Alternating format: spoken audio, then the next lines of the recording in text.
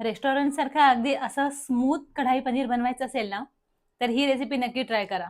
Step by step मी तुम्हाला recipe सांगतेय. खूप भारी होते. पूर्ण बघा. सगळ्यात पहिल्यांदा 20 ते 25 काजूचे तुकडे आहेत ना, ते पाण्यामध्ये भिजत घालायचे. ते पाण्यामध्ये भिजत घातले, की कढईमध्ये मसाला आपल्याला म्हणजे जो खडा मसाला आहे, तो ड्राय रोस्ट करून घ्यायचा आहे. तिथे मी 1 मोठा चमचा धने घेतलेले आहेत. हे धने घालायचे. नंतर मी इथे 1 मोठा चमचा जिरं घेतलेलं आहे. हे जिरं घालायचं. नंतर ह्याच्यामध्ये 4 काळी मिरी घातल्या आहेत. नंतर 4 लवंगा घातलेल्या आहेत. आता हे बारीक गॅसवरतीच आपल्याला परतून घ्यायचं आहे. गॅस बारीक ठेवायचा. मोठा गॅस ठेवलात ना, तर ते मसाले जळतात. त्यामुळे बारीक गॅसवरती कसं होतं, छान फ्लेवर येतो त्याला. त्यामुळे बारीक गॅसवरती हे 1 मिनिटभर आधी तळून घ्यायचं, सॉरी भाजून घ्यायचं. मग नंतर ह्याच्यामध्ये 4 बेडगी मिरची घातल्यात मी. आता पुन्हा एक 5 मिनिटं बारीक गॅसवरती छान भाजून घ्यायचं. बेडगी मिरची पण चांगली कडक झाली पाहिजे. व्यवस्थित असं थोडा वेळ लागतो, पण भाजून घ्यायचं. भाजून झाल्यानंतर गॅस बंद करून हे मसाले थंड होऊ द्यायचे. तोपर्यंत आपण पनीरचं कट करून घेऊयात. पनीर आता इथे मी हे विकतचं पनीर आणलेलं आहे. खूप असं कडक पनीर आहे आणि पनीर थोडंसं असं सॉफ्ट नसतंच पहिल्यांदा. ते आपल्याला सॉफ्ट बनवावं लागतं. हॉटेलमध्ये पनीर कसं सॉफ्ट बनवतात ना, ते तुम्हाला आज मी सांगते. इथे पनीर कट करून झाल्यानंतर काय करायचं, एका बाउलमध्ये हे पनीर काढून घ्यायचं कट करून. पनीर काढून घेतल्यानंतर ह्याच्यामध्ये उकळतं पाणी घालायचं. पाणी थोडंसं सुद्धा असं म्हणजे कोमट नसलं पाहिजे. एकदम छान उकळतं पाणी ह्याच्यामध्ये घालायचं आणि उकळत्या पाण्याबरोबरच ह्याच्यावरती मीठ घालून घ्यायचं.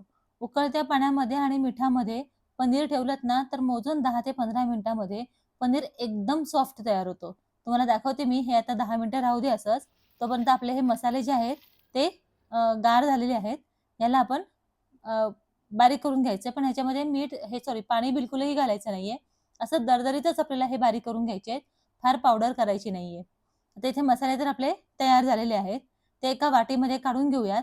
कारण की जी आपल्याला ग्रेव्ही बनवायची आहे ती पण आपण ह्याच मिक्सरमधून बनवून घेऊयात. आता ग्रेव्हीची तयारी करायची.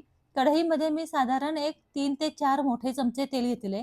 इथे ग्रेव्हीसाठी तेल थोडं जास्त घालायचं. नंतर 3 ते 4 मोठे चमचे तेल घेऊन ह्याच्यामध्ये 2 मोठे चमचे साधारण अमूल बटर आहे. हे बटर घालून घेतलेलं आहे मी. बटरने खूप छान असा स्वाद येतो. त्यामुळे ह्याच्यामध्ये बटर घालायचं विसरायचं नाही आणि स्किप पण करायचं नाही. बटरमुळेच खूप छान असा स्वाद येतो. नंतर मी इथे 2 मोठे मोठे कांदे जे आहेत ते बारीक चिरून घेतलेले आहेत. ते याच्यामध्ये घातले आणि व्यवस्थित छान ब्राउन होईपर्यंत परतून घ्यायचं. हे बघा, एकदम ब्राउन होईपर्यंत असं परतून घ्यायचं. कांदा छान ब्राउन झाला, की मग ह्याच्यामध्ये मी इथे 2 मोठे टोमॅटो बारीक चिरून घेतलेले आहेत, ते ह्याच्यामध्ये घालून घ्यायचे. ते पण छान परतून घ्यायचे आपल्याला. आता ह्या टोमॅटो बरोबरच परतून घेतलं, की आपल्याला ह्याच्यामध्ये 1 चमचाभर आलं लसूण पेस्ट घालून घ्यायची आहे. त्याच्याने एक छान फ्लेवर येईल. त्यामुळे आलं लसूण पेस्ट ह्याच्यामध्ये घालून घ्यायची आणि मग नंतर टोमॅटो पूर्णपणे शिजेपर्यंत हे फ्राय करून घ्यायचं. हे बघा, आता आपला टोमॅटो आणि कांदा पूर्णपणे शिजलेला आहे आणि आपला जो आपण आलं लसूण पेस्ट घातलेली आहे, ती सुद्धा ह्याच्यामध्ये शिजलेली आहे. तुम्हाला जवळून दाखवते, ह्याला तेल बघा कसं सुटलेलं आहे. याला तेल सुटलं ना, की मग गॅस बंद करून आणि हे मिश्रण थंड करून मिक्सरमधून ह्याची ग्रेव्ही तयार करून घ्यायची आपल्याला. पण तेल सुटेपर्यंत आपल्याला हे छान शिजवून घ्यायचंय, म्हणजे परतून घ्यायचंय.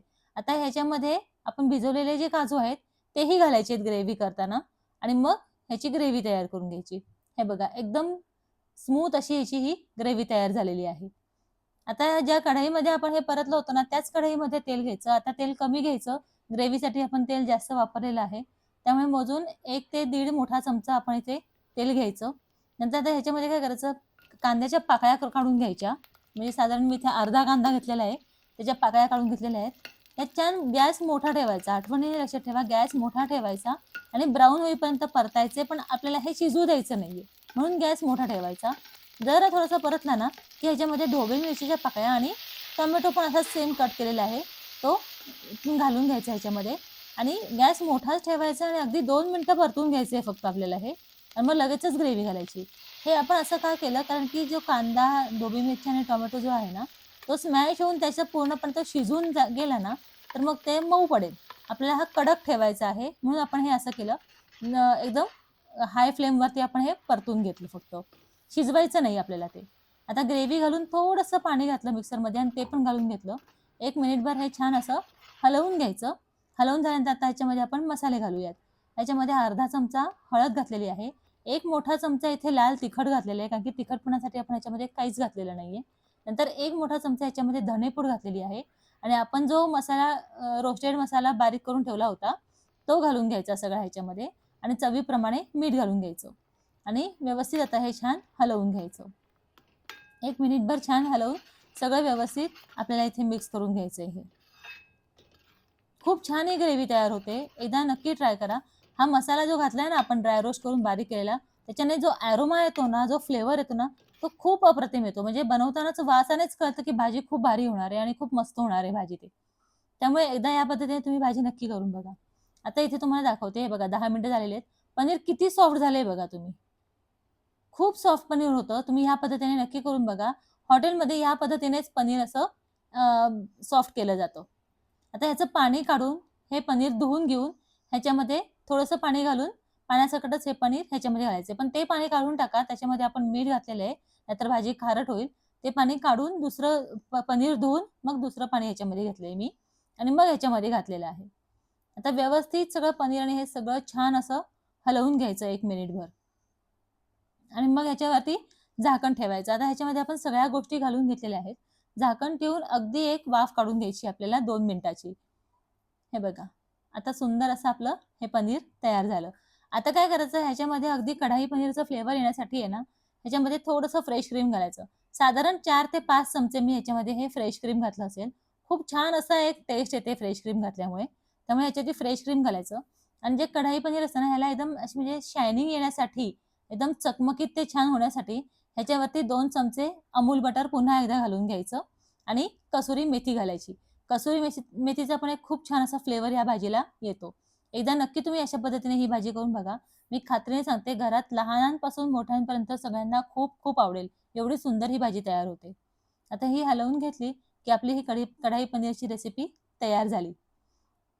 ही भाजी तुम्ही भाताबरोबर खाऊ शकता, पोळीबरोबर खाऊ शकता, भाकरीबरोबरही खाऊ शकता आणि नान, रोटी जी असते मैद्याची त्याच्याबरोबरही खाऊ शकता. हे बघा मी तुम्हाला जवळून दाखवते. ह्याच्यातले सगळे जे आपण ढोबळी मिरची, कांदा आणि टोमॅटो घातलेला आहे, तो सुद्धा असा कडकच आहे. तो बिलकुलही स्मूथ झालेला नाहीये आणि पनीरही खूप सॉफ्ट झालेलं आहे. खूप सुंदर भाजी तयार होते. तुम्हाला रेसिपी कशी वाटली मला कमेंट बॉक्समध्ये नक्की सांगा. आता इथे गार्निशिंगसाठी मी वरून पुन्हा थोडंसं फ्रेश क्रीम घालतीये. दिसायलाही खूप छान दिसतं आणि चवीलाही खूप छान लागतं. इथे ही आपली कढाई पनीरची रेसिपी तयार झाली. तुम्हाला ही रेसिपी कशी वाटली एक कमेंट करून नक्की सांगा. तुमची कमेंट आली की मला खूप खूप छान वाटतं. तुम्ही पण ही रेसिपी एकदा नक्की ट्राय करा. आवडली असेल तर चॅनलला फॉलो करून एक लाईक नक्की करा. बाय.